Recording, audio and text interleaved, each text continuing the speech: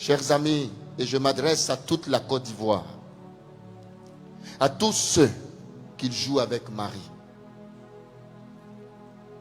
tous ceux qui ne prennent pas Marie dans leur vie et qui ne lui accordent pas une place et qui la traitent de sirène des eaux ou que de quoi.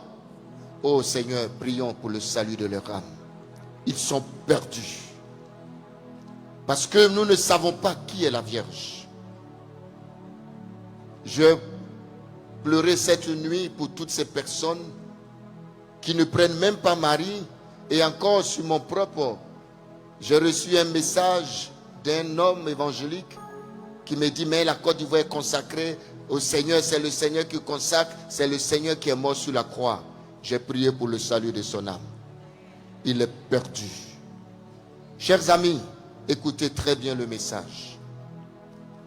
La Vierge Marie a été créée parce que Dieu voulait remplacer Ève par la Vierge. Ève, la femme, l'ancienne femme qui a péché et qui a permis que le péché entre dans le monde. Dieu a pensé, créé Marie pour remplacer Ève. Pour que par Ève, la mort est venue dans le monde, par Marie, la vie vienne dans ce monde. En Genèse 3, verset 15. Après le péché d'Adam et Ève, Jésus, Dieu se rend compte, lui Dieu créateur, le Père, se rend compte que la femme a trahi tout son amour. Et s'adressant au diable, s'adressant à l'esprit maléfique, il lui a dit, attention, je vais restaurer la femme. Je vais restaurer Ève.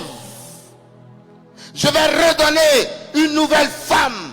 Elle sera capable à nouveau d'enfanter. Elle sera la mère des vivants. Marie, que je vais créer cette femme, va être pour toi un pardon. Marie a été créée parce qu'Ève a péché. Et c'est Dieu le Père qui a voulu qu'elle soit notre mère. Marie est devenue la femme, la créature qui a été épousée à nouveau par son Créateur. Vous savez que Ève était unie à Dieu dans son intimité. Quand elle a péché, Dieu le Père n'avait plus d'intimité avec l'homme, avec la femme. Il a créé la Vierge. Et cette Vierge, non seulement est devenue une épouse nouvelle du Créateur, mais elle devient aussi la mère du Rédempteur. Je mettrai une hostilité entre toi et la femme. Et sache que cette femme, elle, tu ne pourras pas l'atteindre, mais elle t'écrasera la tête. Parce que je lui ai donné le pouvoir.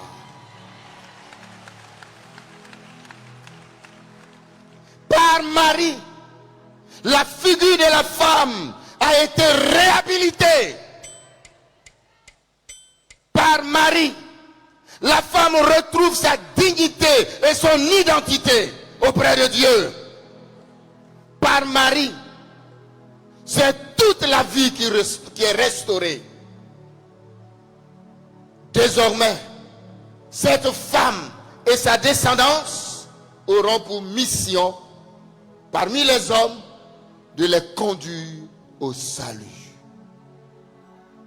C'est pourquoi, quand Jésus vient, avant d'accomplir sa mission, ce qui a été dit depuis le temps de la Genèse, des millions d'années, Jésus au pied de la croix, avant qu'il n'achève sa mission, Marie était près de la croix. Et le disciple Saint Jean que Jésus aimait a voulu qu'il soit au pied de la croix. Parce que c'est lui qui représente chacun de nous. Et Jésus-Christ va révéler ce que l'homme doit faire envers Marie, le comportement, la relation que l'homme doit avoir avec la femme. Près de la croix, la mère de Jésus, la femme est restaurée. Il va dire, ô femme, femme que Dieu le Père a créée, la femme qui est ma mère, toi la femme, il va dire clairement, toi la femme, voici ton fils. À la personne de Saint Jean, c'est chacun de nous. C'est la Côte d'Ivoire qui est au pied de la croix et qui représente Jean. Et aujourd'hui, c'est la Vierge Marie que Jésus nous demande de nous prendre comme notre mère. La Vierge au pied de la croix, consacrer un pays à la Vierge, c'est être au pied de la croix et entendre la parole de Jésus qui dit, peuple de Côte d'Ivoire, voilà, voici votre mère. Chers amis, et à la personne de Saint Jean, c'est toute la Côte d'Ivoire, c'est chacun de nous qui doit avoir cette même attitude. Qu'est-ce qu'il va dire? Et le disciple l'a pris chez lui. Peuple de Côte d'Ivoire, chrétien, habitant de la Côte d'Ivoire, faire une consécration signifie que tu veuilles, que cela te plaise, que cela ne te plaise pas, que tu sois d'accord ou que tu ne sois pas d'accord, sache que désormais, Marie est ta mère. Et tu n'as pas le choix. Tu n'as pas le choix que de prendre Marie comme ta mère. Et le disciple l'a pris chez lui. Chers amis, dans la parole de Jésus, femme, voici ton fils. Fils, voici ta mère. Et le texte nous dit, Jean. Et à partir de cette heure, le disciple l'a pris chez lui. Chers amis, écoutez bien aujourd'hui, une fois pour toutes. Ce ne sont pas les hommes qui ont demandé que nous prenions Marie comme notre mère. La dévotion mariale, le culte marial, c'est-à-dire prendre Marie, avoir une intimité avec elle, ne dépend pas même de l'Église. Ce n'est pas la volonté humaine. Ce n'est pas la volonté de qui que ce soit. Ce n'est même pas la volonté de la Vierge. Ce n'est pas la volonté de qui que ce soit. Ce n'est même pas la tradition. Ce n'est pas vous et moi. C'est Jésus-Christ lui-même.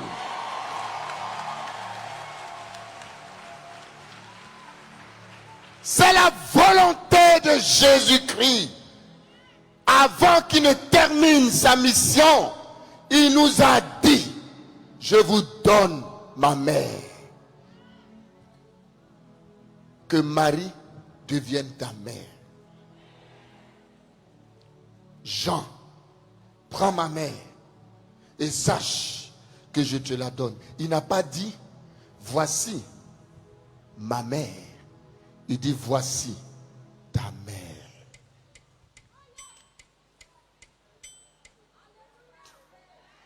Ceux qui disent que la dévotion mariale, le culte de la Vierge Marie n'est pas voulu par Jésus-Christ, dites-leur qu'ils sont menteurs. C'est Jésus lui-même qui l'a voulu. C'est sa volonté. Que tu pries Marie peu ou que tu ne pries pas peu, c'est ton problème. Sache que tu ne peux pas prendre Jésus-Christ comme ton sauveur dans sa vie et ne pas respecter sa volonté qui te dit de prendre sa mère. Tu es un menteur.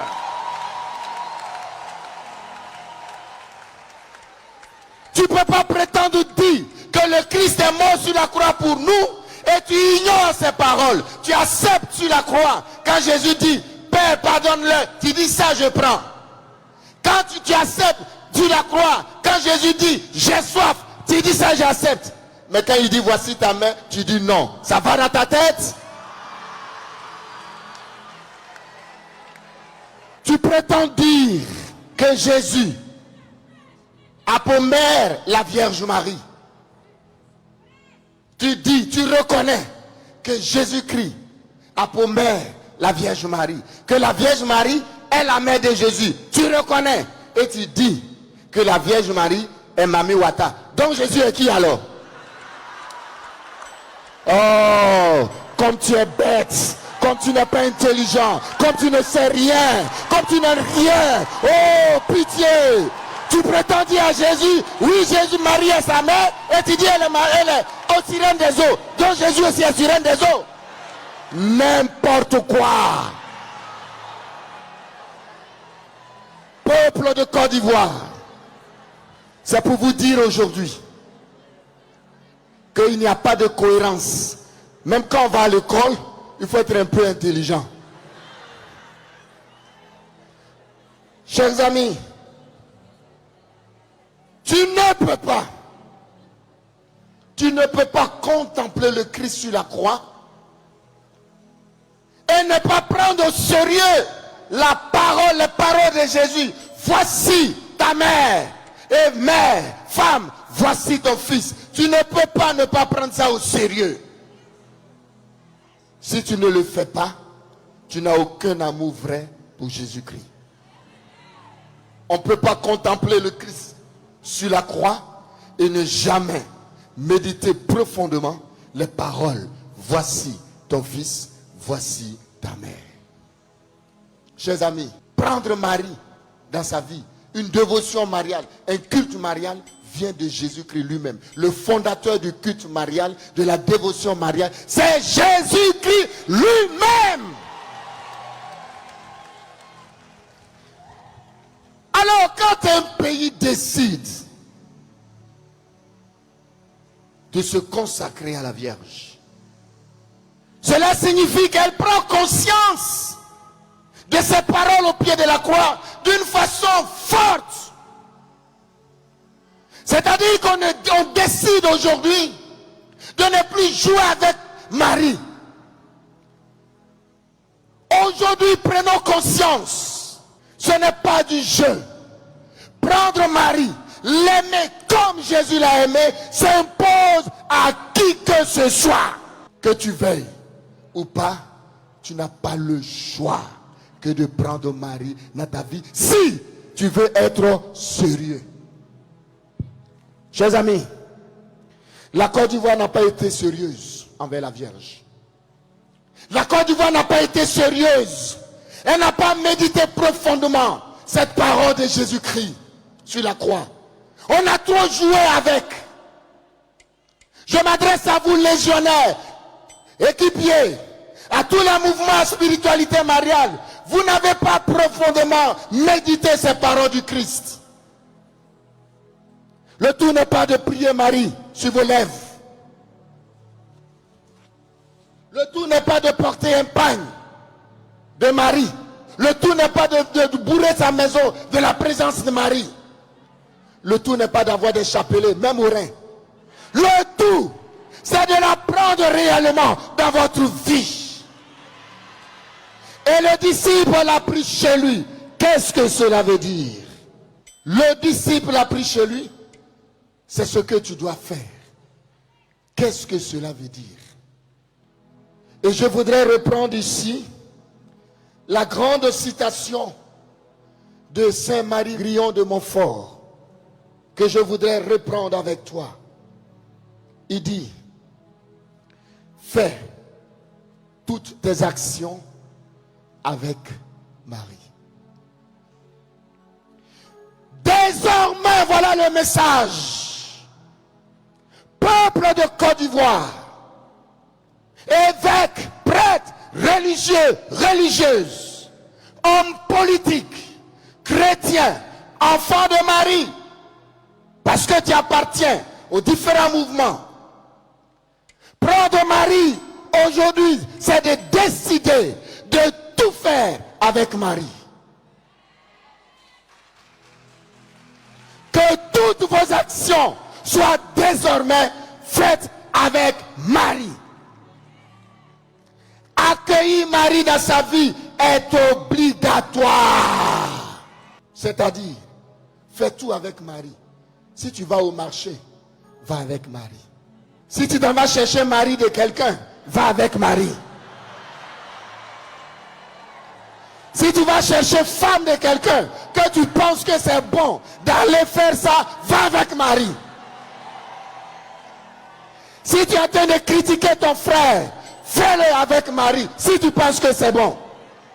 Si tu voles, tu détournes les deniers publics, la corruption, si tu penses que c'est bon, fais-le avec Marie. Mais si ce n'est pas bon, ne le fais pas. Parce que tout ce que tu dois désormais, tu dois le faire avec Marie. Voilà le message d'aujourd'hui. Voilà le message d'aujourd'hui. Celui qui vit en Marie, c'est celui qui est uni à Jésus. Celui qui vit en Marie, c'est celui qui vit en Jésus. Mon frère, ma soeur, es-tu consciente? Es-tu conscient que désormais ta vie c'est avec Marie? Le tout n'est pas de dire on va faire la prière à midi. Mais tu dois prendre conscience qu'aujourd'hui, jusqu'à ma mort, je ne ferai rien sans Marie. Répétez après moi. Je ne ferai rien sans Marie. Voilà le message. Cela va plus loin. Cela va plus loin. Cela te demande que tu introduises Marie dans ton intimité. Que Marie fasse plus partie de toi, dans ton fort intérieur. Tu dois penser avec Marie. Tu dois parler avec Marie. Tu dois chanter avec Marie et comme Marie. Tu dois vivre comme Marie et vivre à Marie pour que Marie puisse t'aider à vivre en son Fils Jésus. Cela va plus loin. Cela demande que la présence de Marie ne doit jamais te quitter. Jamais. Que la présence de Marie ne quitte jamais. Comme dit Saint Bernard, que Marie ne quitte jamais tes lèvres. Que Marie ne quitte jamais ton cœur. Que Marie ne quitte jamais tes pensées. Que Marie ne quitte jamais dans ta vie. Qu'elle soit présente. Qu'elle ait une place en toi. Dans tes projets. Consulte Marie.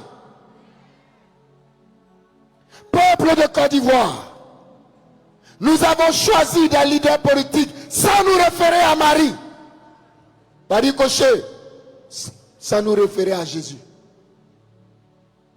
Peuple de Côte d'Ivoire, pour de l'argent, vous avez vendu ce pays qui appartenait à la Vierge. Il est temps que tu repentis et d'introduire Marie dans ta vie. Consacrer un pays, c'est prendre conscience que nous avons failli et que l'heure a sonné de dire Marie, aujourd'hui, demain, jusqu'à ma mort, je ne te quitterai jamais. Je ne ferai plus rien sans toi. Nous ne choisirons jamais plus un leader politique, qui que ce soit, tous. Nous devons prier pour demander à Marie ce pays qui t'est consacré. Est-ce que cet homme, est-ce que cette femme, c'est lui que tu veux, c'est elle que tu veux à cette place dans ton pays, ce pays qui t'est consacré. Voilà ce que ça veut dire. Chers amis, prendre Marie dans sa vie comme le disciple l'a fait, signifie qu'il nous faut parfaitement regarder Marie en tout. Regardez Marie en tout. Et je voudrais, comme dit Saint Bernard, il faut vivre notre existence restante à regarder Marie. Qui que tu sois, homme de ce pays, et surtout chrétien, quand tu penseras que la vie semble être difficile pour toi, regarde Marie. Tu ne traverseras plus ta vie sans faire référence à Marie. Quand l'orgueil t'habitera, quand tu es menacé par les ambitions, quand la jalousie t'habite, quand la colère est en toi, quand tu es tourmenté par l'énormité de tes fautes, dit Saint Bernard, quand tu as honte de tes péchés, quand ta conscience te terrorise, tourne-toi vers Marie et demande-lui la grâce de t'aider. Ne fais plus rien sans Marie. Dans tes moments de tristesse, dans tes moments de désespoir, ô peuple de Côte d'Ivoire, en ce moment nous sommes tristes, nous sommes plus ou moins désespérés, on ne sait plus où on va. Aujourd'hui, crions vers Marie, que notre vie soit toujours tournée vers Marie pour nous conduire vers Jésus. Quand tu seras dans les périls de la vie, quand les angoisses, quand les situations difficiles seront présentes dans ta vie, crie vers Marie. Crie vers Marie. Quand dans ton foyer tout ne fonctionnera pas, ne va pas voir un marabout. Ne cherche même pas à te fatiguer. Crie vers Marie. Que son nom ne quitte jamais tes lèvres. Que son nom ne quitte jamais ton cœur. Que le nom de Marie, un seul jour, ne doit se passer sans que tu n'invoques le nom de Marie. Peuple de Côte d'Ivoire,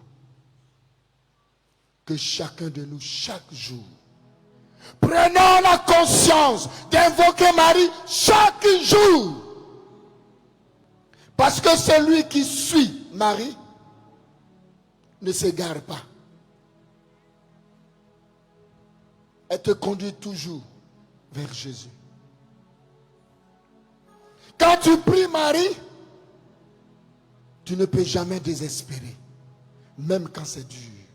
Si tu la gardes en ta pensée, tu ne feras jamais de faux pas. Parce que la présence de Marie t'aide toujours. Quand Marie te tient la main, tu ne chutes jamais. Peuple de Côte d'Ivoire, habitants de Côte d'Ivoire, Église de Côte d'Ivoire, tenons la main de Marie. Famille de Côte d'Ivoire, tenons la main de Marie. Invoquons Marie dans nos familles. Attrapons son manteau. Ne la lâchons plus jamais. Et si nous prions Marie, si Marie nous tient, nous ne chuterons plus jamais. Quand Marie te protège, tu n'as plus de crainte. Si nous mettons Marie, si nous la prenons comme celle qui nous protège, il n'y aura plus jamais des portes ouvertes au diable. Il n'y aura plus des autels qui vont se dresser dans ce pays. Le sang ne coulera pas innocemment. Désormais, mettons-nous sous la protection de la Vierge. Mettez votre vie sous la protection de la Vierge. Mettez vos familles sous la protection de la Vierge. Mettons nos diocèses sous la protection de Marie. Mettons nos églises sous la protection de Marie. Mettons notre paroisse sous la protection de l'église. Que nos groupes, que chacun de nous se mette sous la protection de la Vierge. Parce que celui que la Vierge protège n'a plus jamais peur. Il n'a plus de crainte. Quand Marie te conduit, tu n'es jamais fatigué. Parce que ce n'est pas toi qui as le volant. C'est elle. Chers amis, Marie est notre mère. Et quand Jésus lui a dit, Marie, voici ton fils. Quand Jésus lui a dit, voici ton fils, je vais vous dire ce que Marie fait. Et ce que Marie fera maintenant pour notre pays encore. Jésus lui a dit, j'ai demandé aux disciples de te prendre comme mère. Le disciple t'a pris chez lui, dans sa vie, comme je viens d'expliquer. Mais toi, Marie, c'est ton fils. Prends soin de lui. Je te confie la Côte d'Ivoire. Je te confie l'église de Côte d'Ivoire. Je te confie les habitants de ce pays. Ce sont tes enfants. Prends soin d'eux. Et Marie joue son rôle. Qu'est-ce qu'elle fait? La Vierge Marie, comme aux noces de Cana, elle voit toutes nos misères. Aussi bien corporelles comme spirituelles. Et elle nous vient en aide. Sa maternité, c'est-à-dire son rôle de mère, c'est que Marie reconnaît dans les souffrances et les misères des hommes la douleur et la détresse de son fils. Marie est au pied de la croix. Quand les hommes souffrent, elle voit la souffrance de son fils. Et Marie est debout auprès de ceux qui souffrent, de ceux qui désespèrent. C'est pourquoi elle a voulu, regardant ce pays qui souffre, elle dit non, je dois faire quelque chose. Redonnez-moi ce pays et je prendrai soin de vous.